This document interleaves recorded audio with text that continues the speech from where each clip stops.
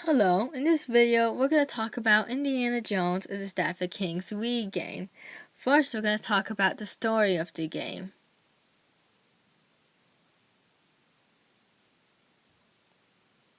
In the game, you play as Indy trying to find the Staff of Moses, and along the way you'll bump into new characters like Maggie, and this guy, Charles, Indy's former mentor, and this guy named Magus, who is with the Nazis. Along the way, you will also travel to familiar places such as Nepal and new places such as Istanbul, but it can get a little cheesy at times, such as this incident.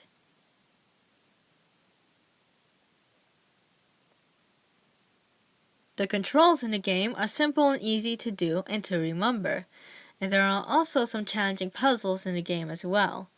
To help, in the lower right corner of the screen, is an icon that shows you what motion you have to do to complete a task, so you don't forget the controls, which is very helpful. But the hardest control to play, though, is the fighting controls. The fighting scenes in the game are also the most played. There are 3 ways to throw a punch in the game, as the controls of the game are more realistic, where you actually swing your Wii remote and nunchuck to punch than is pressing a button.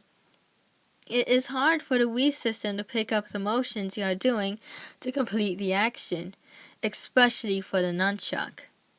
The controls to do each punch are also very similar to each other, so you might just find yourself wiggling the Wii remote doing random punches than actually using your skills in the game.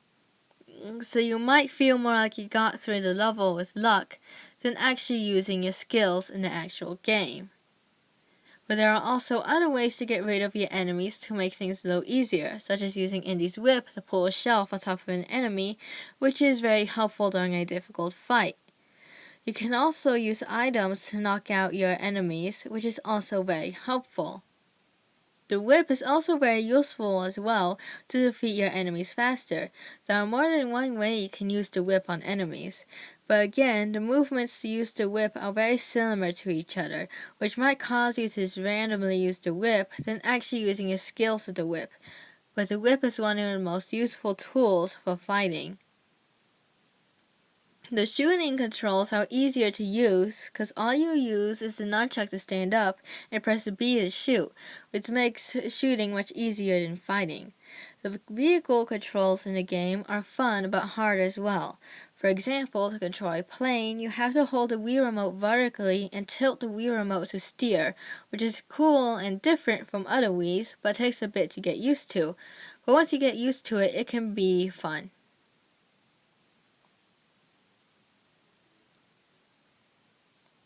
There are some parts of the game where it shows you a cutscene, then you have to shake your Wii remote and nunchuck in a running motion to save Indy from dangers that he might encounter. These parts of the game are fun and exciting to play and makes the game more interactive.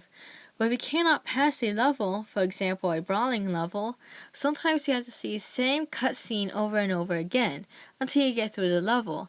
Since you can't skip the cutscene, it can make it a little annoying to watch the same cutscene over and over again.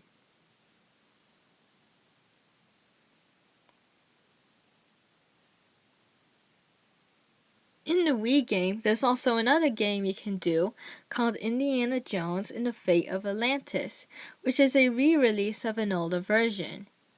The Fate of Atlantis is only available on Wii, so people without a Wii console can't play the Fate of Atlantis. But for those who do have a Wii console, it's a fun game to play. It is also different from the actual game because of its computer-like design. There is also a multiplayer game in the Wii where players compete against each other by trying to defeat the most enemies as possible, and whoever defeats the most wins. But it's kind of boring because only one player can do it at a time, and fighting is the longest and hardest part of the game. So playing the multiplayer game can get a bit boring for the players waiting for their turn. There's also a 2-player mode in the game, where one player plays as Indiana Jones and the 2-player plays as Henry Jones. The 2-player mode has its own adventure and story, and it's also fun and exciting to play. The two players also had to help each other a lot in the game, like in this scene of the game where the players had to work together to control the raft. And for being a two-player, it's very challenging and the story is also long, which isn't a bad thing.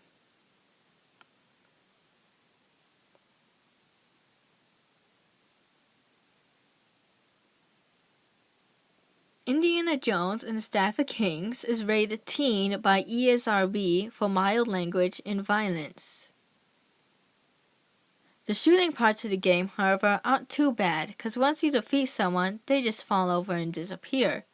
And even though the fighting parts of the game are probably the most violent, it isn't too bad, because once you defeat someone, they just fall over and disappear.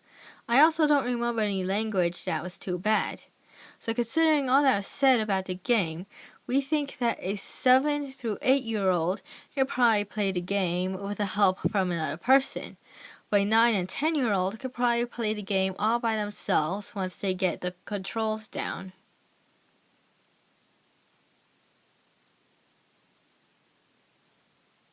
Overall, Indiana Jones and the Staff of Kings got 4.5 stars, but we will give it 3.75 stars. We will recommend this game to anyone who is willing to give it a shot. It is especially a great game for people who like challenges and adventure-wise, with the only bad thing really being the difficulty of the fighting and the controls. It is a good, solid game the family can enjoy.